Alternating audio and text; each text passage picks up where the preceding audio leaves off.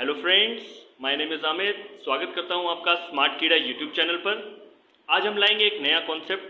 ठीक है, last lecture में हमने डिस्कस किया था एजम्पशंस पार्ट 2 और बहुत ही सिंपलर क्वेश्चंस के साथ हमने एजम्पशंस को फिर से रिवाइज किया। आज हम नया कॉन्सेप्ट सीखेंगे, कोर्स ऑफ एक्शंस। जब भी हमें आर्ग्यूमेंट को इवैल्यूएट करना होगा, ठीक है, जब हम इवैल्यूएशन की बात करते हैं तो मैंने आपसे कहा था वहाँ पर डिडक्टिव आर्ग्यूमेंट्स जब हम कर रहे थे बेसिक नॉलेज लेसन 2, अगर आपको याद हो तो डिडक्टिव आर्ग्यूमेंट्स साउंड होते हैं, ये मैंने बताया था आपको। इंडक्टिव आर्ग्यूमेंट्स कोजेंट होते हैं। वहाँ पर मैंने आपको दोनों बातें बताई थी कि हमें इमोशनल और लॉजिकल दोनों तरीके से सोचना पड़ता है। यहाँ पर यहीं पे कन्फ्यूजन होता है, यहीं पे एम्बिग्यूटी आती है कि कैसे हम डिफ्रेंशिएट करें कि लॉजिकल थिंकिंग क्या है और इमोशनल थिंकिंग क्या है। लॉजिकल वो जो हमें अपने आर्ग्यूमेंट में स्टेटमेंट्स दिए हैं उनके अकॉर्डिंग, उस इन्फॉर्मेशन के अकॉर्डिंग, उसी के आधार पर हमें डिसीजन लेना है।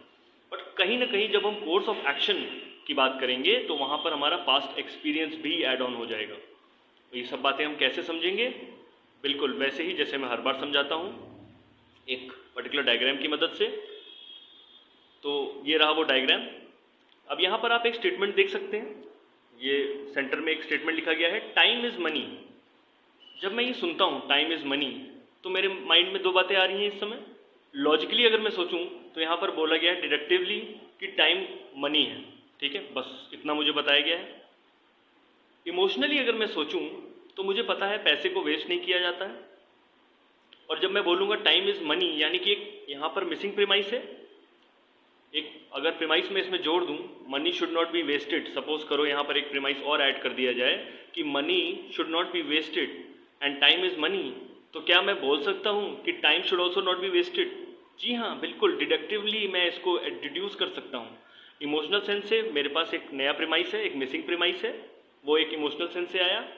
लॉजिकली यहाँ पर ऑलरेडी एक स्टेटमेंट दिया था कि टाइम इज़ मनी, तो मैं टाइम के लिए भी बोल सकता हूँ कि उसको मुझे वेस्ट नहीं करना चाहिए। तो इमोशनल थिंकिंग और लॉजिकल थिंकिंग दोनों को जब मैं कंबाइन करता हूँ तो मुझे मिलता है एक साउंड या एक कोजेंट आर्ग्यूमेंट, ठीक है। और उसको यहाँ पर मैं कोर्स ऑफ एक्शन भी बोलूँगा अपना, ठीक है। जब मैं कोर्स ऑफ एक्शन निकालूंगा तो वहाँ पर मेरी सारी नॉलेज का इस्तेमाल होगा, मेरी लॉजिकल थिंकिंग का भी और मेरी इमोशनल थिंकिंग का भी, ठीक है। अब मैं यहाँ पर कौन सा रास्ता चुन सकता हूँ? बिल्कुल क्लियर है, मेरे को यहाँ दिख रहा है डोंट वेस्ट द टाइम। इसका सीधा मतलब निकलेगा कि एक ये कोर्स ऑफ एक्शन अगर मैं लूँगा कि समय को मैं वेस्ट नहीं करूँगा। बिल्कुल, अगर मुझे ये बोला जाए time is money, emotional sense से मुझे पता है कि money should not be wasted. Obviously ये रास्ता तो नहीं हो सकता, ऑब्वियसली ये रास्ता भी नहीं हम ले सकते हैं, ठीक है। और इमोशनल सेंस से मुझे ये तो पता ही था, ये प्रीमाइस तो मैंने अपने दिमाग में मैंने सुना हुआ है, मुझे पता है कि पैसे को तो हम वेस्ट नहीं कर सकते, पैसे को हमें उड़ाना नहीं होता है, पैसे को तो हम सेव करते हैं और अपने मुसीबत के समय के लिए उसको इस्तेमाल करते हैं, ठीक है। तो डोंट वेस्ट द मनी एक ऐसा प्रीमाइस है जो मेरे सबकॉन्शियस माइंड में पहले से ही मैंने अपने पास्ट एक्सपीरियंस में इसको महसूस किया हुआ है। वो एक मिसिंग प्रीमाइस था और जब मुझसे बोला गया लॉजिकली सोचो टाइम इज़ मनी, तो मैंने बोला हाँ जी, don't waste the time and it is a suggestive course of action. I hope मेरी बात आपको क्लियर हो गई हो, कोर्स ऑफ एक्शन का कॉन्सेप्ट क्लियर हो गया हो। तो मैं क्वेश्चंस की तरफ बढ़ सकता हूँ। जी हाँ, अब हम इसी कॉन्सेप्ट को डेवलप करने के लिए हर बार जैसे करते हैं क्वेश्चंस मैं फिर से कुछ नए फ्रेम करके लाया हूँ और मेरा फिर से वही सजेशन है कि क्वेश्चन को देखते ही आप उसको पॉज कर लें और पॉज करके पहले उस क्वेश्चन को पढ़ लें। मैं तो हिंदी में उसको एक्सप्लेन करता ही हूँ, बहुत से स्टूडेंट्स ने कहा कि आप हिंदी में पहले एक्सप्लेन करते हैं बहुत तेज़ी से तो हम नहीं समझ पाते, तो मैं आपसे यही गुजारिश करूँगा कि पहले आप पॉज कर दो वीडियो को, ठीक है। जैसे ही क्वेश्चन डिस्प्ले होता है आप पॉज कर दीजिए और फिर उसको पढ़िए और फिर उसको सॉल्व करिए। कई बार क्या होता है स्लाइड 2 पर ऑप्शंस दिए होते हैं, तो कोई बात नहीं, आप डायरेक्शंस में तो आपको वो चीज़ दी होती है ना, आप डायरेक्शंस को लेकर के चलो, आप ये एज्यूम कर लो कि उसमें क्या ऑप्शंस में पूछा गया है और उसके हिसाब से उसको सॉल्व करिए और फिर मेरी एक्सप्लेनेशन आप देखिएगा। और बहुत से स्टूडेंट्स को अब इंग्लिश में प्रॉब्लम है कि मैं इंग्लिश में क्यों नहीं पढ़ाता हूँ। तो जब हमने ये सीरीज स्टार्ट की थी तो हमने ये we had already discovered that there is a lot of English medium material in critical reasoning, and this message especially for the English medium students कि बहुत सारा there was a lot of material already available for the students in English, so the people from southern India who are not very much familiar with the Hindi language, they will be having trouble in understanding me in Hindi, of course. But what about the students who are actually very much from the Hindi background, and they are not very much influent in English, you know. So I had to develop the concepts according to they also. Okay, that doesn't mean that it's not this video is not dedicated for the English medium students also. They can also read everything in English. It's everything provided, explanation also I have provided in English, solution also is there. So question is already displayed in English, so they can also understand something from me. I understand this problem. So अब मैं वापस आता हूँ अपने मुद्दे पे, questions की तरफ बढ़ेंगे हम, ठीक है। यहाँ से मैं क्लियर कर लेता हूँ। तो पहला सवाल देखते हैं। Consider the following statements and answer accordingly. पहला स्टेटमेंट क्या कहता है? Few remember the SS Tuscania today in April 1929 when smallpox broke on this large passenger ship sailing from Mumbai to Liverpool via Marseilles. It triggered a European health and travel crisis that had some eerie resemblances to the global shutdown we have now with the coronavirus. अब यहाँ पर pandemic की बात की गई है, 1929 की बारे के दौरान की बात की जा रही है, SS टस्कानिया की बात की जा रही है। ये एक शिप था जिसमें स्मॉल पॉक्स ब्रोक हो गया, मतलब स्मॉल पॉक्स फैल गया, और ये एक पैसेंजर शिप था जो कि मुंबई से चला था और यूरोप की तरफ जा रहा था, लिवरपूल की तरफ। अब ऑब्वियसली बात है कि अगर कोई महामारी एक शिप पे फैल जाएगी पैसेंजर्स में, और वो जब पहुंचेंगे दूसरे देश में, यूरोपियन देश में पहुंचेंगे, तो ऑब्वियसली वहाँ पर भी एक हेल्थ क्राइसिस का क्रिएट होना मुलाजिम है, तो बिल्कुल क्लियर है, दिख रहा है हमें, रिसेंबल हो रहा है। और वही हम सब कुछ आज 100 साल के बाद कोरोना वायरस के केसेस में देख रहे हैं कि आपने देखा होगा एक शिप की भी बात चल रही थी जिसमें 700 से 800 पैसेंजर्स थे जो कि कोरोना से इन्फेक्टेड हो गए थे और उसे बंदरगाह पे ही रोक दिया गया था और आगे नहीं बढ़ने दिया जा रहा था। चलिए, अब क्या अगर ये स्टेटमेंट हम पढ़ते हैं तो क्या कोर्स ऑफ एक्शंस लिए जा सकते हैं?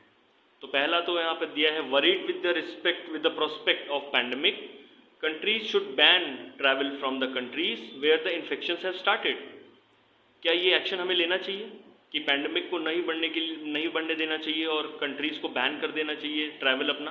बिल्कुल बिल्कुल, पैंडेमिक को अगर हमें रोकना है तो ऑब्वियसली बात है हमें ट्रैवल बैन तो डालना ही पड़ेगा अभी इस समय, ठीक है। हमें रिस्ट्रिक्शंस को रोकना होगा। जब हम अपने देश में ही अपना डोमेस्टिक ट्रैवल बंद कर सकते हैं तो ऑब्वियसली बात है इंटरनेशनल ट्रैवल तो बंद करना ही पड़ेगा जब तक कि ये इन्फेक्शंस कम ना हो जाए। और जहाँ से स्टार्ट हुए, जैसे चाइना से इन्फेक्शन स्टार्ट हुआ, तो हमें सबसे पहले वहाँ से ट्रैवल बैन करना चाहिए था, ठीक है। तो ये कोर्स ऑफ एक्शन बिल्कुल क्लियर है, क्लियर क्रिस्प है। सेकेंड कोर्स ऑफ एक्शन क्या कहता है? A reassuring epidemiological bulletin should be release worldwide by the World Health Agencies like WHO to gauge at the prospect of the extent of the infections country-wise periodically। अब यहाँ पर बोला जाए कि epidemiological जो बुलेटिन होता है, मतलब उसकी जो इन्फॉर्मेशन है उसको वर्ल्ड वाइड रिलीज़ करना चाहिए किसी हेल्थ ऑर्गेनाइजेशन के द्वारा, जैसे WHO है, जिससे सारे देशों को ये पता चल सके कि पैंडेमिक की क्या क्राइसिस बढ़ चुकी है और उसे कैसे कम करना है, कि हर कंट्री में कितने एक्सटेंट पे बढ़ चुका है, कैसे ये पैंडेमिक बना। ये इन्फॉर्मेशन तो हमें मिलनी ही चाहिए और उसकी मदद से हम अपना कोर्स ऑफ एक्शन डिसाइड करेंगे कि हमें क्या करना है, क्या स्ट्रेटजी का इस्तेमाल करना है जिससे कि हम इस पैंडेमिक को रोक सकें। बिल्कुल क्लियर कोर्स ऑफ एक्शन ये भी है, ठीक है। तो कोर्स ऑफ एक्शन 1 और 2 दोनों ही इंप्लाई हो रहे हैं। चलिए देखते हैं ऑप्शंस क्या कहते हैं। पहला ऑप्शन देखते हैं, if only course of action 1 follows, if only course of action 2 follows, if both course of 1 and 2 follow. बिल्कुल क्लियर, ऑप्शन सी हमारा सही आंसर होगा। दोनों ही हमारे कोर्स ऑफ एक्शन फॉलो हो रहे हैं। चलिए नेक्स्ट क्वेश्चन की तरफ बढ़ते हैं। इसका सॉल्यूशन अगर आपको पढ़ना हो तो आप पॉज करके पढ़ सकते हैं, ठीक है। और मैं बढ़ूंगा नेक्स्ट क्वेश्चन की तरफ। फिर से वही स्टेटमेंट्स और कोर्स ऑफ एक्शन दिए हुए हैं, इन्हें हमें कंसिडर करना है। पहला स्टेटमेंट पढ़ते हैं, the comparative advantage theory goes for a toss if products from one country become competitive because of massive subsidies. Local manufacturing in most countries could not compete with cheap imports from China. China uses a combination of massive subsidies and intellectual property theft to become a dominant producer and exporter of many essential products। ठीक है, तो पहला statement कहता है कि अगर हम products की बात करें, ठीक है, अगर हम सब्सिडी प्रोवाइड करेंगे तो ऑब्वियसली बात है वो कॉम्पिटिटिव हो जाएंगे, ठीक है। The comparative advantage theory goes for a toss if products from one country become competitive because of massive subsidies. अब सपोज करो यहाँ पर कि हमने कुछ एक प्रोडक्ट बनाया, एक पेन बनाया सपोज करो इंडिया में। अब अगर चाइना भी वही पेन बनाए, ठीक है, एक दूसरी कंपनी है जो कि चाइना में उसको मैन्युफैक्चर कर रही है और उसे इंडिया में इंपोर्ट कर रही है, यहाँ भेज रही है, और वहाँ की सरकार उस पर इतनी ज़्यादा सब्सिडी देती है कि उनकी जो प्रोडक्ट कॉस्ट है वो हमारे भी प्रोडक्ट कॉस्ट से कम हो जाए, क्योंकि गवर्नमेंट का सपोर्ट है, तो वो कॉम्पिटिटिव हो जाएगा और हमारा माल नहीं बिकेगा, उनका बिकेगा, हमारे ही देश में हमारा माल नहीं बिकेगा, दूसरे का बिकेगा, और धीरे धीरे हम अपने आप को महसूस करेंगे कि हम पीछे हो रहे हैं और हम धीरे धीरे ख़त्म हो जाएंगे। हम अपना प्रोडक्ट क्यों बनाएंगे जब वो बिकेगा नहीं? ऑब्वियसली बात है, हमारा 10 में कौन लेगा और वो 8 में बेचने सपोज करो। तो चाइना का ये जो टैक्टिक है मैसिव सब्सिडी देने का, और ये जो इंटेलेक्चुअल प्रॉपर्टी थेफ्ट भी वो करते हैं, अक्सर मैंने देखा है कि वो जैसे कोई नया कोई इन्वेंशन होगा यूरोप में, या तो वो वहाँ से इंजीनियर को हायर कर लेंगे और फिर उसी डिज़ाइन पे वही प्रोडक्ट वहीं पहले से ही बना देते हैं। जब तक आप दूसरा कंट्री उस प्रोडक्ट को बनाने की कोशिश करता है उससे पहले ही वो उसको थेफ्ट करके बना देते हैं। तो इंटेलेक्चुअल प्रॉपर्टीज़ जो हमने देखा है, महसूस किया है, चाइना ये थेफ्ट करता है और उसकी वजह से वो एक dominant producer of exporter of many essential products बन चुका है आज की डेट में। ये स्टेटमेंट दिया है, ठीक है। चलिए कोर्स ऑफ एक्शन क्या कहता है, कोर्स ऑफ एक्शन देखते हैं। पहला कोर्स ऑफ एक्शन कहता है कि reducing input cost, high duties on raw materials, expensive credit, erratic power supply, time taking land transactions, delay in refund of taxes and less productive labour increase the input cost. तो हमें पहला course of action suggest किया है reduce the input cost.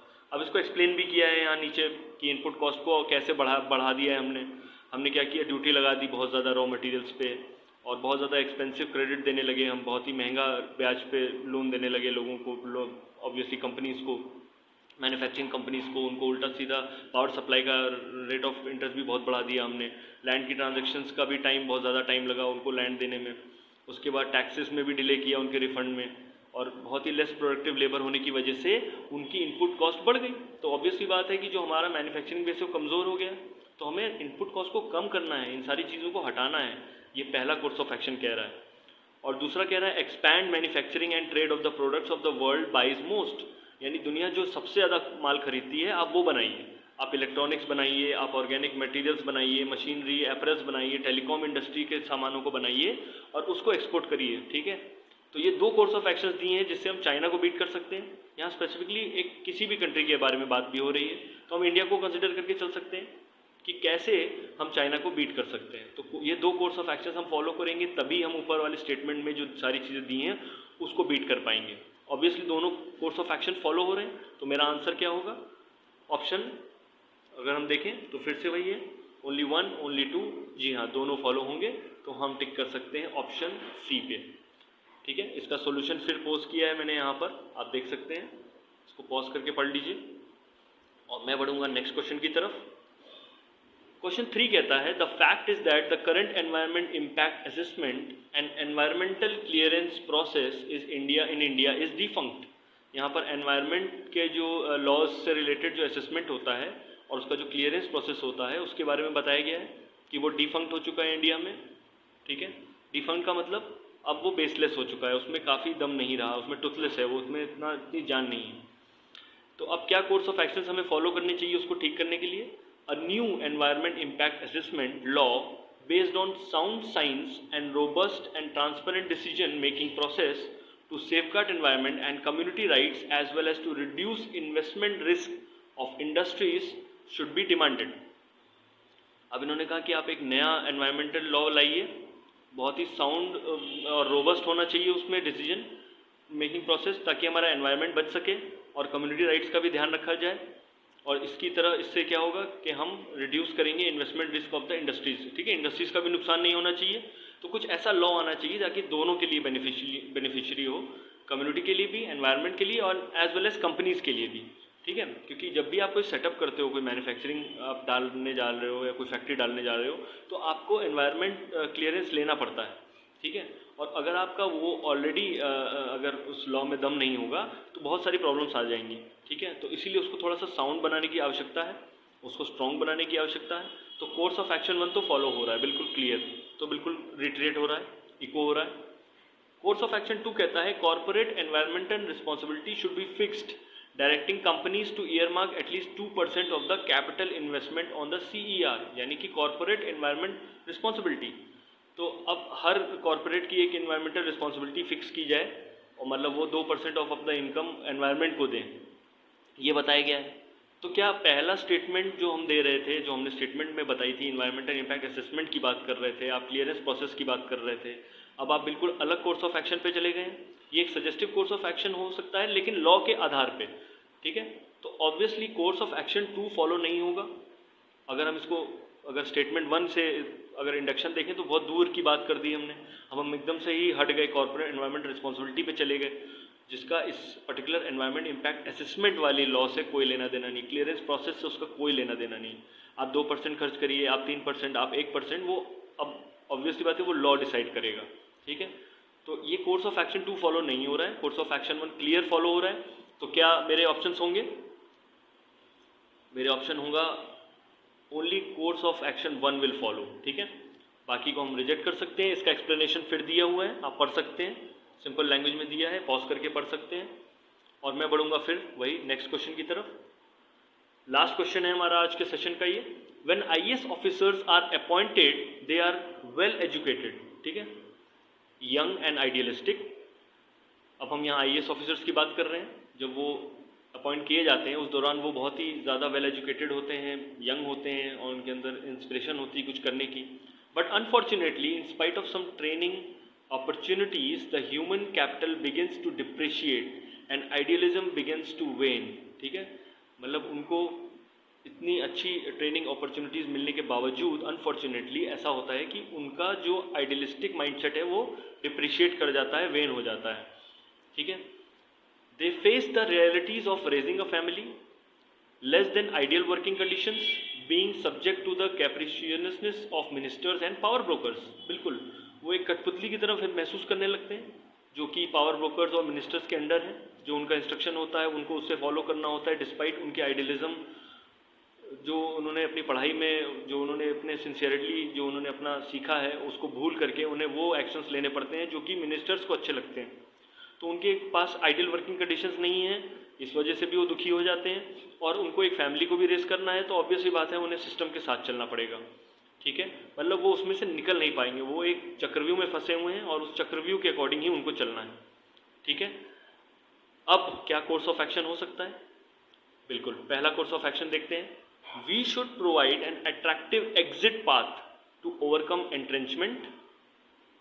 The exit option will ensure that the young IAS officers see their IAS journey as dynamic and rewarding, giving them an opportunity to reinvent themselves after experiencing the service.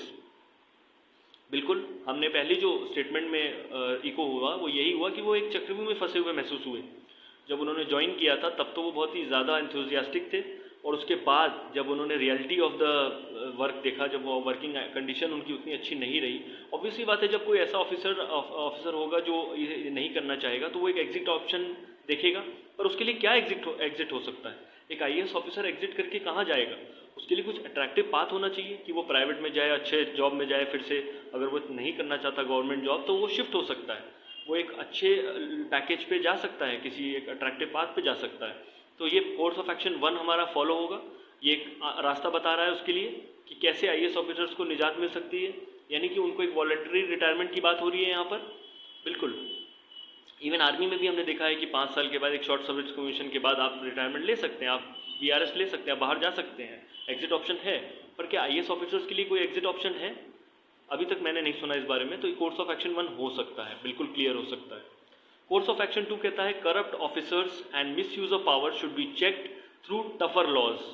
ये तो बहुत ही wayward thinking हो गई, यहाँ पर कोई corruption की बात नहीं की गई थी, ऑफिसर्स के मिसयूज ऑफ पावर की बात नहीं की गई, तो आप यहाँ पर लॉज के बारे में क्यों बात करने लगे? उनके लिए हमें नया लॉ बनाना पड़े, IAS ऑफिसर्स कहीं करप्ट ना हो जाएं। तो ये कोर्स ऑफ एक्शन बहुत ही वेवर्ड और अनरियलिस्टिक है और इसे हम फॉलो नहीं कर सकते। यानी कि हमारा अब सिर्फ ऑप्शन 1 फॉलो होगा, कोर्स ऑफ एक्शन 1 फॉलो होगा। तो हमारा आंसर क्या होगा? Only course of action 1 follows. बिल्कुल, और इसका एक्सप्लेनेशन अगर आपको देखना हो तो यहाँ पर मैंने सीधे शब्दों में दिया हुआ है, ठीक है। इसी के साथ मैं इस वीडियो को फिनिश करूँगा। आई होप आपको इसमें कुछ समझ में आया हो। अगर आपको इस पर और सवाल चाहिए तो प्लीज़ मुझे कमेंट करके बताएं, तो मैं सेकेंड पार्ट भी कोर्स ऑफ एक्शन के विथ मोर क्वेश्चंस लाऊंगा ताकि आपको और क्लियरिटी मिले। कोर्स ऑफ एक्शन के लिए हमें दोनों नॉलेज का इस्तेमाल करना है, emotional as well as logical. ये मैंने स्टार्टिंग में भी बोला था आपको। अगर ये वीडियो अच्छा लगा हो तो लाइक और शेयर ज़रूर कर देना। Thanks for watching this video. Till then signing off from me. जय हिंद।